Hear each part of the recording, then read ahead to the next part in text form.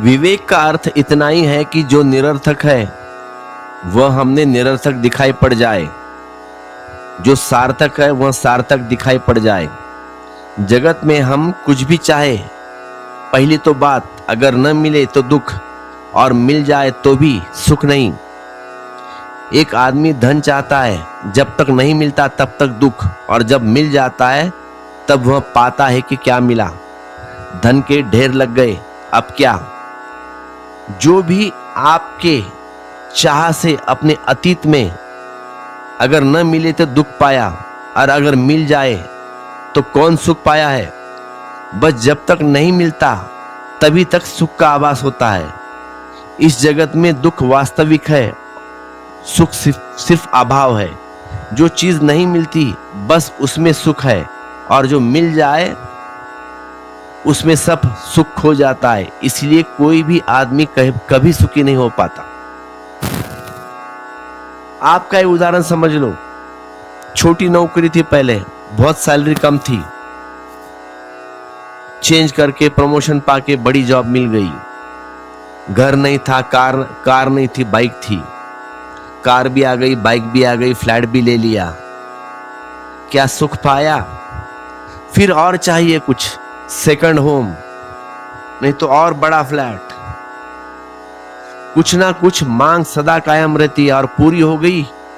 Car नहीं थी, मिल गई कार। क्षणिक सुख होता है बस, बाद में कार भी भूल जाते हो। फिर नई कार, अब ब्रांडेड कार चाहिए, ऑडी, मर्सिडीज चाहिए। अभी मारुति से काम नहीं चलेगा, वोक्सवैगन से काम नहीं चलेगा, बड़ा चाहिए ब्रांड अब, क्योंकि मेरे दोस्त के पास है। भाई पहले टू व्हीलर थी तब सुखी नहीं था, अब कार भी आई तब सुखी हो गया, होना चाहिए था। नहीं, अब उससे भी बड़ी चाहिए। तो आदमी कभी भी सुखी नहीं हो सकता। आदमी जहां है वहीं दुख। सुखी आदमी खोजना कठिन है। आपने कभी कोई सुखी आदमी को देखा है तो बताना मुझे। सुखी आदमी वही हो सकता है जो जहां है वहां सुखी, लेकिन जो आदमी कहीं और सोचता है कि सुख होगा वह दुखी होगा। और जो जहां है वहीं सुखी, ऐसा आदमी का नाम सन्यासी है। और जो जहां है वहीं दुखी है, ऐसे आदमी का नाम गृहस्थ। हम हमेशा भविष्य में ही जी रहे हैं। कल उसका सुख है, स्वर्ग कल है, आज कुछ भी नहीं। आज को समर्पित करेगा कल के लिए, आज को लगाएगा कल के लिए, आज को जलाएगा कल के लिए, ताकि कल स्वर्ग मिल जाए। कल कभी आता नहीं। वो गाना है ना गुरुदत्त का, वो सुबह कभी तो आएगी। भाई वो सुबह कभी नहीं आएगी। मौत आ जाएगी, और आखिरी वक्त में तब पश्चाताप करने का भी वक्त नहीं मिलेगा। मौत कहेगी चलो अब तुम गाना गाते जाओगे, वो कल सुबह कभी आएगी। कल कभी नहीं आएगा। कल जब आएगा वह आज ही होगा। वह उस आज का ही फिर कल के लिए लगाएगा। ऐसे ही वह लगता जाता है, और एक दिन सिवाय मृत्यु के हाथ कुछ नहीं आता। तो उपनिषद कह रहा है कि बाल बुद्धि वाले लोग, बचकानी बुद्धि वाले लोग, अप्रौढ़, केवल बाहर की वस्तुओं का अनुकरण करने में जीवन को गवा देते हैं। बुद्धिमानी विवेकशील वह जो है, इस सत्य को जानकर कि बाहर कभी किसी कोई न आनंद मिला है और न कोई मिल सकता है, अपने अनुभव से, अपने जीवन के प्रयोग से इस रहस्य को समझकर जो बाहर के अनित्य भोगों की आकांक्षा छोड़ देता है, वह विवेकशील है। बाहर की वस्तुओं की आकांक्षा छोड़ देता है। कुछ नासमझ बाहर की वस्तुओं को छोड़ने में लग जाते हैं। बाहर की वस्तुओं की आकांक्षा छोड़ना बिल्कुल और बात है।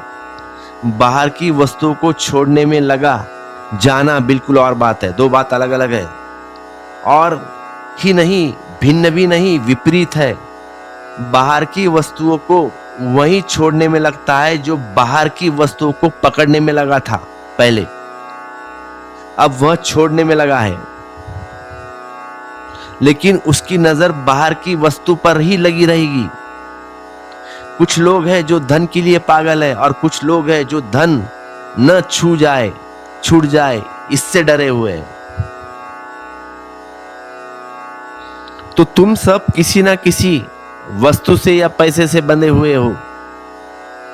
कल मित्र की तरह बंधे थे, अब शत्रु की तरह बंधे हो। मित्र का भी ध्यान रखना पड़ता है और शत्रु का भी ध्यान रखना पड़ता है। भले शत्रु का तो ज्यादा ध्यान रखना पड़ेगा, वे अगर आकर बैठे तो वे सब तरफ देख लेते हैं। पैसा तो नहीं है, कोई धन तो नहीं है, 24 घंटे प्रभु का स्मरण तो नहीं चल रहा। ऐसे बहुत लोग हैं इस देश में जिनकी वृत्ति सिर्फ शीर्षासन करने लगती है। होती तो वही पुरानी, उसमें कोई फर्क नहीं पड़ता। वही का वही आदमी पहले पैर के बल खड़ा था, अब सिर के बल खड़ा है। बस आदमी में जरा भी फर्क नहीं। बहुत सारे तुम आदमी देखो जो जैनी लोग इतने करोड़ की प्रॉपर्टी छोड़ के सन्यासी हो गए, फलाना फलाना गवर्नमेंट की नौकरी छोड़ के सन्यासी हो गए।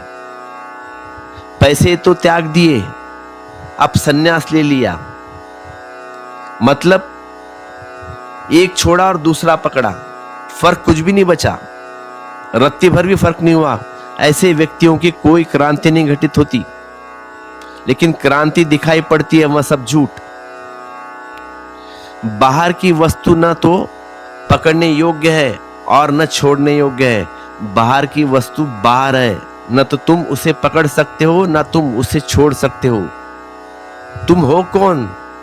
तुमने पकड़ा वह तुम्हारी भांति थी, झूठ।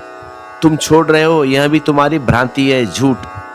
बाहर की वस्तु को न तुम्हारे पकड़ने से कुछ फर्क पड़ता है, न तुम्हारे छोड़ने से कुछ फर्क पड़ता है। तुम कल कहाँ थे? यह मकान मेरा था, यह कार मेरी थी। मकान में कभी भी नहीं था कि तुम मेरे मालिक हो। मकान कभी नहीं कहा था कि तुम मेरे मालिक हो। और मकान को अगर थोड़ा भी बोध होगा तो वह हंसता होगा कि खूब गजब का मालिक है भाई मेरा ये। क्योंकि तुमसे पहले कोई और भी यह कह रहा था, उससे पहले कोई और कह रहा था, और मैं जानता हूं कि तुम्हारे बाद और भी लोग आएंगे, कहेंगे कि अब मैं इसका मालिक। और फिर एक दिन तुम कहते हो कि मैं त्याग कर दिया मकान का, मैंने सारी प्रॉपर्टी दान कर दी। ना मकान तुम्हारा था, ना तुम्हारी कार थी, ना तुम्हारी कंपनी, ना तुम्हारा बैंक बैलेंस तुम्हारा था। त्याग करना उतना ही पागलपन की बात है जितना मालकियत की घोषणा। त्याग तो मालिक कर सकता है। ज्ञानी इस सत्य को जान लेता है कि मैं मालिक नहीं हूं किसी चीज का। छोड़ूंगा कैसे, पकड़ूंगा कैसे? वासना का त्याग है इस बोध का भीतर गहन हो जाना कि न इस जगत में कुछ पकड़ा जा सकता है और न छोड़ा जा सकता है। पकड़ना छोड़ना दोनों ही ना समझी है। इस जगत में न पकड़ने योग्य कुछ है, न छोड़ने योग्य कुछ है। ऐसी तटस्थ स्थिति में जो आदमी ठहर जाता है वह विवेकशील, उसकी वासना गिर जाती है, वह बाहर के जगत में दौड़ना बंद कर देता है। जिसके अनुग्रह में मनुष्य शब्दों की, स्पर्शों को, रूप को, रस को, गंध को, स्त्री प्रसंग आदि के सुखों को अनुभव करता है, उसी के अनुग्रह से यह भी जानता है कि यह क्या शेष रह जाता है, अर्थात कुछ भी नहीं। यही है परमात्मा जिससे विषय में तुमने पूछा था। यम नचिकेता को कह रहा है कि तूने जिस परमात्मा के संबंध में पूछा था वह क्या है? पहली बात वह यह कह रहा है कि यहाँ इस जगत में जो हम भोग रहे हैं, जो रस, सौंदर्य, सुख जिसके कारण भोग रहे हैं, जो इस सब के भीतर छिपा है, जिसके बिना यह कोई भी घटना न घट पाएगी। आप रस ले रहे हैं क्योंकि आपके भीतर आप मौजूद हो, आप भीतर से तिरोहित हो जाएंगे। शरीर कोई रस न ले सकेगा। आपको सुगंध मालूम पड़ रही होंगी क्योंकि भीतर आप मौजूद है। आप मौजूद न होंगे, सुगंध मालूम न पड़ेगी। इस जगत के जो भी अनुभव हो रहे हैं वे किसके आधार पर हो रहे हैं? उस चैतन्य के आधार पर जो भीतर छिपा है। हमारी दृष्टि लग जाती है जब फूल में सुगंध आते हैं तो हमारा ध्यान फूल पर जाता है, हमारा ध्यान उस पर नहीं जाता जिसको सुगंध आ रही है। 3 चीजें हैं, फूल खिला, सुगंध फैली, आप पास बैठे हैं या खड़े हैं, सुगंध आई। यहां 3 है, एक तो फूल, एक तो आप, और दोनों के बीच में तैरते हुई सुगंध। तो एक ज्ञेय है, एक ज्ञाता है और एक ज्ञान है। हर जगह त्रिवेणी है, हर जगह ये 3 मौजूद है, लेकिन हमारा ध्यान हमेशा ज्ञेय पर है, ऑब्जेक्ट पर। वह जो जाना है, फूल पर नजर जाती है, हम कहते हैं कैसा सुंदर फूल है। हम यह नहीं कहते कि कैसी सुंदर की फूल की आत्मा है, फूल की गंध ले सकते हैं, कैसा सुंदर फूल है। कभी ख्याल में नहीं आता कि कैसी सुंदर चेतना है। वह भीतर जो छिपा है उसका हमें स्मरण कभी नहीं आता। न तो सुगंध उतनी कीमती है, न फूल उतना कीमती है जितना कीमती है जिसके आधार पर सब घट रहा है। इस जीवन में जो भी हो रहा है उस सब के पीछे छिपी हुई है चेतना। तो यमराज कह रहे हैं यह जो भीतर छिपी चेतना है, जो सब सुखों का अनुभव करता है, यह जो अनुभोक्त है और जो यह भी अनुभव करता है कि यहाँ कुछ भी अनुभव करने योग्य नहीं, जो यह भी अनुभव कर लेता है कि सब व्यर्थ है, जो यह भी अनुभव कर लेता है कि यह पाने योग्य कुछ भी शेष नहीं रह जा, यह कुछ पाया भी नहीं जा सकता, यही है परमात्मा जिसके विषय में तुमने पूछा है नचिकेत। तो परमात्मा की पहली व्याख्या यम कर रहा है और वह यह कि तुम्हारे भीतर छिपा हुआ जो चैतन्य है, वह जो कॉन्शियस है, वह जो बोध की शक्ति है, वह जो तुम्हारे जीवन का मूल्य है, यही है परमात्मा जिसके लिए तूने पूछा था। तो ईश्वर की पहली व्याख्या हुई भीतर का दृष्टा।